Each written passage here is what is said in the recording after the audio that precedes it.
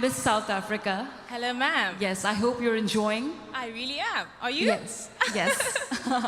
Okay, so my question to you is, should tweets and social media comments from a person in their teenage years be held against them years later? I believe that everybody should be held accountable for their actions. And if a person doesn't know how to act on social media, they should be cancelled. I believe in cancel culture. In the same breath, I also believe in redemption culture. And hoping that the person has matured and has known better and done better, I hope that they could do better and be redeemed. So I do believe that they can grow and be allowed a gap to do that. Thank you. Good day everyone, my name is Wandile Mthembu. If you are new to the channel, welcome. Please do consider sticking around, and if you are a returning subscriber, welcome back home. This is our channel. So to get into today's video, I'll be talking about the allegations of bullying leveled against Miss South Africa Top 12 semi-finalist or finalist Donatella Laverne Jose, and I'll be talking all things cancel culture and social media for today's video. So I'm very sure that you guys have already heard or have heard before Lalela Mswane's very controversial answer from the Miss Universe 2021 top 5 Q&A, where she basically said and firmly held her own and spoke that she believed in cancel culture, and it is only then when a person has shown that they've grown and they've shown that they are remorseful and have committed themselves to undoing certain things about themselves that then she believes in redemption culture. And I think that that answer is at its core, its most relevant today, more so because like with regards to whatever has been going on with regards to Donatella,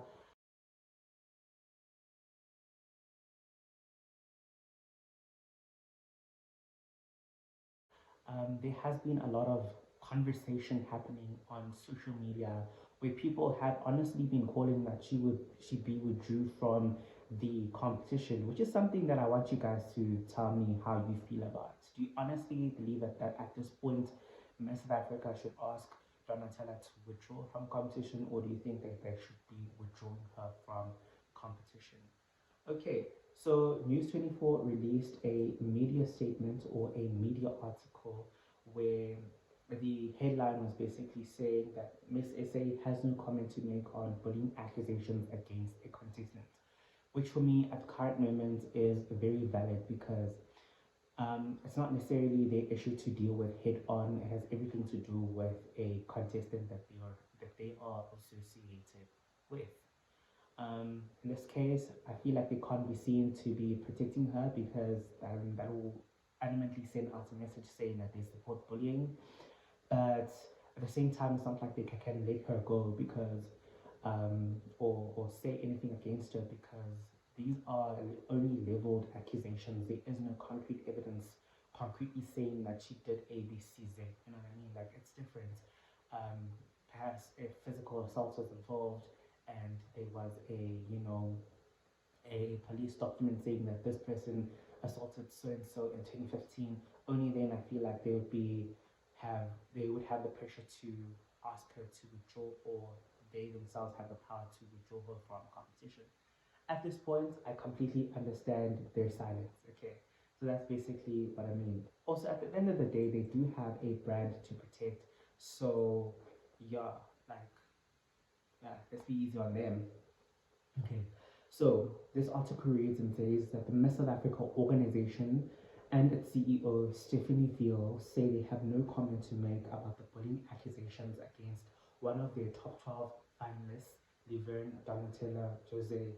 The accusations against Jose began on social media on Friday 9th of June, and the Miss South Africa top 12 reveal was on Thursday 8th of June, so literally a day after the top 12 reveal. These accusations began brewing and they were ablaze on social media. So yeah, the article continues to say, shortly after she was announced as a top 12 finalist vying for the crown in the first pageant, which includes women who are married and those who have children, literally says that She has been extremely proud of her journey so far, and even though it wasn't easy, like this makes it worth it. Mind you, this is an extract taken from her social media where she has reflected about the Miss South Africa journey, and she further continues to say, "This is Donatella. I'm extremely proud of myself for being vulnerable and honest in my interview." She continued, "The Miss South Africa organization has amazed me with so much support, and they've created a safe and comfortable space for me to be, my authentic self." This was when she was still a top 30 finalist, and at this point, the rumors or the alleged allegations around her being a bully, a former high school bully, was leveled against her. Jose is yet to publicly address the comments or the sentiments made against her, and the article further details about Bianca Scumby, who basically also had a similar incident in 2020 where um, Twitter users basically pulled out receipts of her basically saying some unsavory things about people of color. So her issue was really around racism. And I'd like to correct the article because Bianca Scumby was not a contestant in 2020. She was still a Miss South Africa hopeful. So she wasn't in top 30, she wasn't in top 10, she was only still an entrant who had submitted her video online. So Miss South Africa they have really never had to deal with this kind of issue before. Last year, they also had an incident with Tulani Mzochana, who was also accused of being a rape apologist, and Twitter as well went absolutely ablaze with that news. And even though at the time Tulani herself would publicly defend herself by saying that she dated someone who was perhaps in the wrong, and she distanced herself from that person, like users on social media basically were adamant on saying that she had been so and so and so and so and so. Okay, so social media users accused Jose of bullying them, leaving them traumatized. Another user said they were surprised that Jose had made the top 30 due to her alleged allegations, which is fair, but I feel like that was made by someone who doesn't follow the pageant, because also these allegations were only, you know, brought up because Jose had been in top 12. Like, Messi Oak didn't know that this was a thing of her past. So far, I just think that I think she had a clean record about her. Miss South Africa obviously does do background checks on all the girls with their criminal records, and just a deep dive of their personal lives in terms of like family, etc., and other things. Obviously, I think Laverne doesn't come to the forefront with the skeletons because they do essentially ask the girls yearly, like, do they have something about them that they should be worried about, that they should be knowledgeable of. And I don't think that Laverne thought that like being a high school bully was something that was going to catch up with her, which for me is like, it's quite interesting because the org does put the girls in a position to say if they have past about them, but if one person can't then like think about that moment, those moments in high school where they have done other people wrong to an extent where they feel that her actions are their source of trauma, it's kind of terrible. It's kind of terrible. I'm not gonna ask. I'm not gonna. Yeah, it's kind of terrible. It's kind of terrible. It's really unfortunate, really. Um, but yeah, yeah, yeah. Let's just continue. I'll share my thoughts as we progress. Okay. Okay. So, with regard to Bianca Scumby's instance, the Miss South Africa organization obviously made a public um, sentiment, or they shared something from their PR firm about Miss South Africa contestants or candidates, and what is expected of them when coming into the situation, of when coming into this position, rather, of being in a position to become Miss South Africa. An article reads, at the time, Veal told News 24 our rule states that any semi-finalist or finalist may have not been involved in any unsavory or unethical incidents or conduct that may bring the organizers or the Miss South Africa pageant into dispute, which obviously Lavern's instances of alleged instances of bullying have. Article for the reads unsavory or unethical conduct, but that is not limited to bribery, racism, slander, or libel.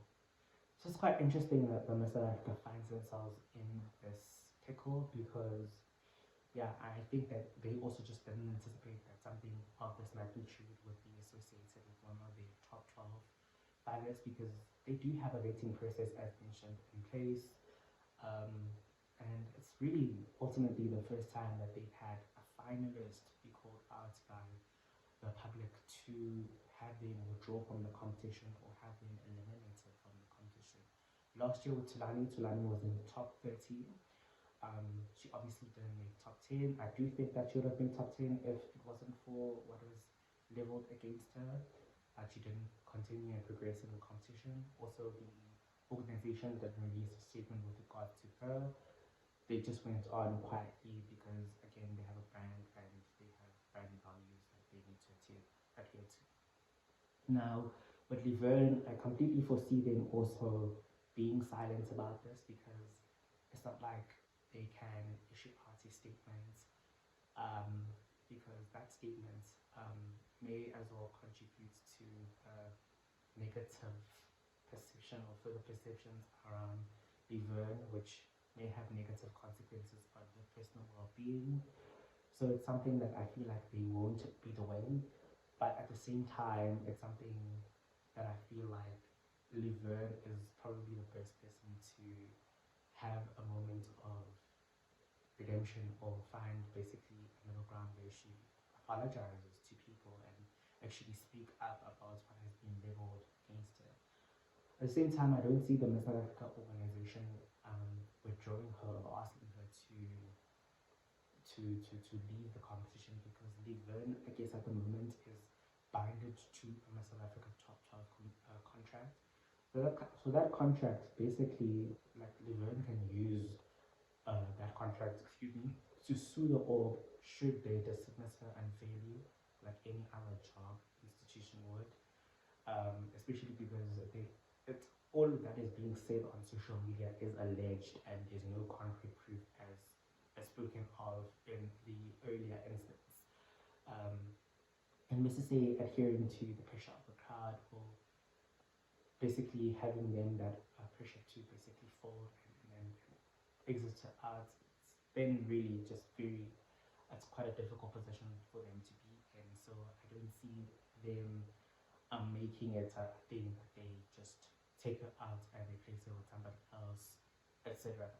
What I do think will happen though is that they will continue to stay silent, validly, and they'll probably find a creative way to eliminate her from the Crown Chasers reality TV show. Yeah, just from the challenges and so forth, from what they will have, because at the moment they are currently shooting for that. Yeah, I don't think Laverne will get to walk essentially on stage. I think ultimately that she will be eliminated from the contest under game show conditions and such. But ultimately we all will have the idea as to why she went home. I think that's what essentially will happen. Now I want us to think about what Lalela said, like she believes in cancel culture, which is something that Laverne is currently going through. Do you guys then find that that is a valid premise to sort of like have?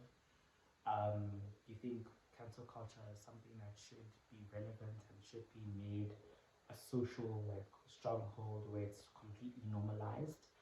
Do you also believe that there should be redemption culture where an individual, if they've apologized, if they've done the necessary work to unpack their skeletons and everything unsavory about them, should they be given then a place where they could have positions of influence in society, like being Miss South Africa?